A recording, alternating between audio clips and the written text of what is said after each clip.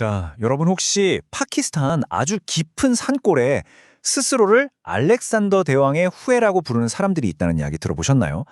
오늘은요, 르몽드 디플로마티크의 니콜라 오트만 기자가 취재한 기사를 바탕으로 이 칼라시족의 정말 놀라운 정체성 미스터리를 한번 파헤쳐 보려고 합니다.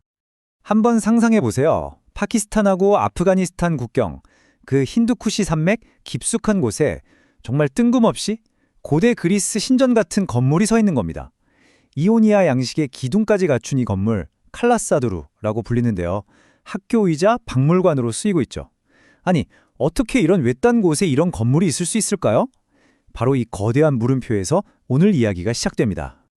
오늘 이 흥미진진한 이야기의 실체를요, 5단계에 걸쳐서 한번 따라가 보겠습니다. 먼저 알렉산더의 잃어버린 후예라는 주장이 뭔지부터 알아보고 그 다음에 이게 과학적으로 근거가 있는 말인지 따져볼 거고요. 그리고 이 신화가 대체 왜 생겨났는지 그 진짜 이유를 파헤쳐 볼 겁니다. 이게 또 어떻게 국제적인 역사전쟁으로까지 번졌는지도 살펴본 뒤에 마지막으로 정체성이란 과연 무엇인가 하는 본질적인 질문으로 마무리하겠습니다. 자, 그럼 첫 번째 장입니다. 알렉산더의 잃어버린 후예. 파키스탄 치트랄 계곡에는요, 주변의 이슬람 문화권과는 완전히 다른 아주 독특한 문화를 가진 칼라시족이 살고 있습니다. 이 칼라시족의 문화는 정말 독특해요. 주변에서는 유일신을 믿는데 이들은 여러 신을 섬기는 다신론을 믿고요. 종교의식에는 포도주를 사용합니다. 여성들은 또 히잡 쓰는 걸 거부하죠. 그러니까 주변 이슬람 사회와는 완전 다른 길을 걷고 있는 거예요. 여기에 아까 보셨던 그리스식 건물 칼라사두르까지 있으니 이 사람들 대체 정체가 뭐지? 하는 궁금증이 생길 수밖에 없겠죠. 칼라시옥 청년인 자렌칸의 말은 아주 구체적입니다.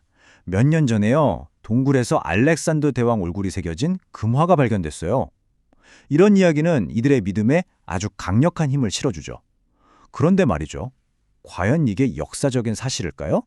이제 두 번째 장으로 넘어가 보겠습니다. 이 정말 매혹적인 신화의 근거를 이번에는 학문적으로 한번 파헤쳐 볼 시간입니다. 과연 주장과 과학적 사실은 어떻게 다를까요? 자, 그래서 과학적으로 따져보니까 결과가 어땠을까요? 이게 정말 명확해요. 우선 유전적으로나 혈연적으로 아무런 관계가 없다는 게 밝혀졌습니다. 입증이 안 돼요. 그리고 더 놀라운 건 뭔지 아세요? 정작 이 칼라시족의 구전 신화에는 알렉산더 대왕이 아예 등장하지도 않는다는 겁니다. 언어적으로도요. 칼라시어랑 그리스어 전혀 연관성이 없었어요.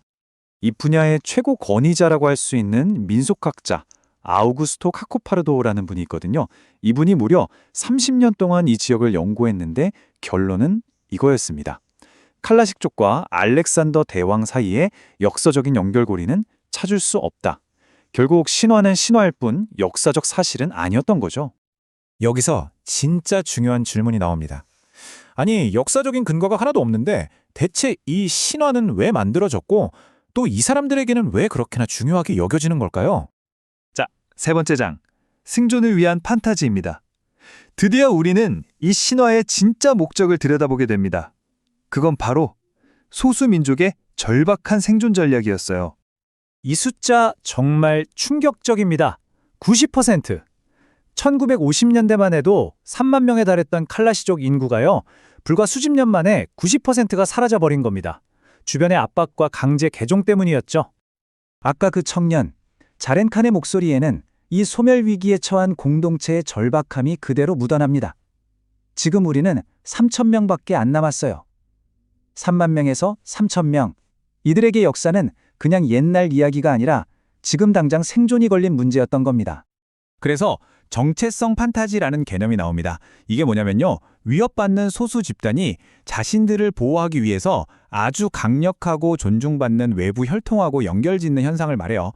그러니까 서구 문명의 시족격인 알렉산더 대왕과 우리를 연결함으로써 외부의 위협으로부터 우리 고유의 문화를 지키려는 일종의 문화적 방패막이로 삼은 거죠. 그런데요, 이 생존을 위한 판타지는 칼라시족만의 이야기로 끝나지 않았습니다. 네 번째 장, 역사를 둘러싼 대리전. 여기서는 이 작은 부족의 신화가 어떻게 전혀 예상치 못한 국제 분쟁의 한복판으로 빨려 들어갔는지 한번 살펴보겠습니다.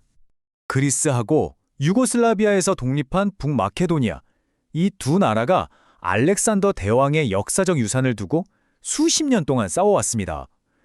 북마케도니아가 알렉산더 가문의 상징을 국기에 넣자 그리스가 길길이 날뛰면서 반발했고, 나중에는 수도 공항 이름을 아예 알렉산더 대왕 공항으로 바꿔버리면서 경쟁이 아주 극에 달했죠. 이 역사 경쟁의 무대가 놀랍게도 저 멀리 파키스탄 산골로 옮겨간 겁니다. 그리스는 우리가 진짜 알렉산더의 후예라는 주장을 뒷받침하기 위해서 칼라시족을 지원하기 시작했고요. 그러자 북마케도니아는 아니야, 저기 옆 동네 훈자족이 진짜 후예야 하면서 훈자족을 지원하고 나선 거죠. 두 나라의 자존심 싸움이 파키스탄 산골에서 정말 기묘한 대리전 양상으로 벌어지게 된 겁니다. 그리고 이 판타지는 정말 현실이 됩니다.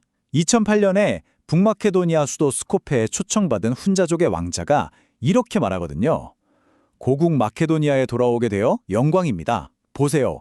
한 소수민족의 생존 전략이 이제는 국가 대 국가의 자존심 싸움에 동원되는 상징 자본이 되어버린 순간입니다.